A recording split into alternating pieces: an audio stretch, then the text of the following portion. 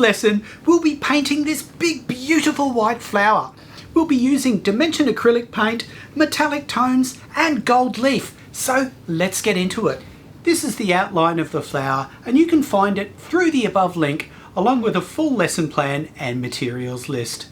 Use a graphite pencil to mark up the flower and don't make the lines too light. We'll be using a 50mm abstract expression brush throughout this project. The tint is created from Naples yellow with a touch of Hooker's green. Dip the brush in water as the coat is laid on so that it flows smoothly and the drawing can still be seen beneath it. We'll be using pearl white mixed with phthalo blue to create a lovely metallic background around our flower. Refer to the last page of the PDF to get reference on where to lay the colours. Unfortunately, the camera doesn't properly show the intensity of the metallic sheen, but it adds a great effect. The trick is to squeeze out both colours onto the palette and roughly mix them directly on the canvas. This way, the colour is not too consistent and has a sort of smoky look to it. I use more blue in certain areas and more pearl white in others. Next, we add light moulding paste to the edge of some of the petals to give them some dimension. Moulding paste dries very quickly and can be modelled and smoothed with water and a soft brush. It can also be sculpted to an extent with modelling tools and is compatible with oil paint as well as acrylic. Of course, this step is optional, but if you do want to do it, refer to the finished painting in the last image of the PDF for reference. Like most of our lessons, we fit lots of techniques and effects into them. And even if you might not want to try this lesson, it's good to file these techniques away in your mind because you may like to use one down the track on your own project.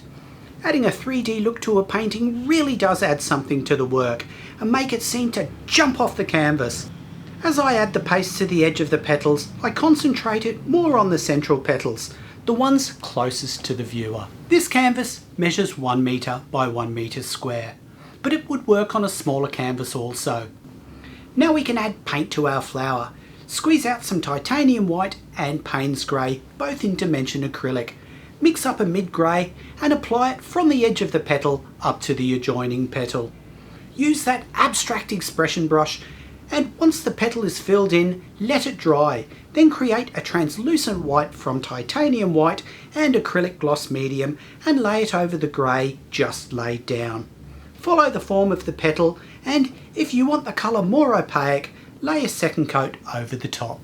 The next step is to paint the edge of the petal in with pure titanium white, and follow this process for each petal. It's that easy.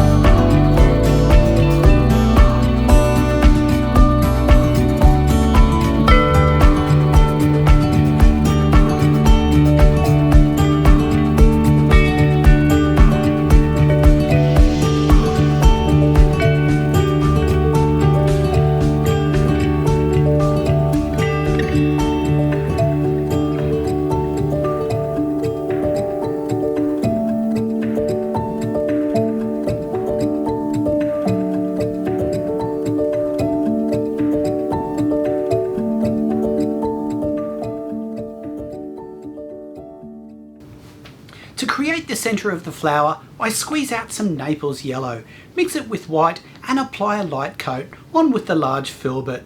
I let this dry, then grab a fine liner for the next step. I squeeze out some Van Dyke brown and add a little water to the mix so it flows nicely, and lay in long strokes to suggest the stamens emitting from the flower. The trick with creating a nice thin line is to charge the brush and roll it on the palette. This way the end is fashioned to an acute tip. I create some lines with that Naples yellow as well. Then a dab of paint is placed on the end of each stamen. These are called the anthers. Now we're going to get really crazy and apply some gold leafing to those anthers. For this, we'll be needing some leafing size and gold leaf.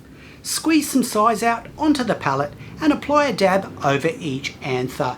Allow this to get tacky. This takes about 20 minutes, or you can also speed dry it with a hairdryer. Once dry, you can apply the gold leafing over the tacky size. This is fairly easy, just make sure your hands are free from size and are dry. Once all of the anthers are covered with leafing size, use a soft brush to remove any excess material.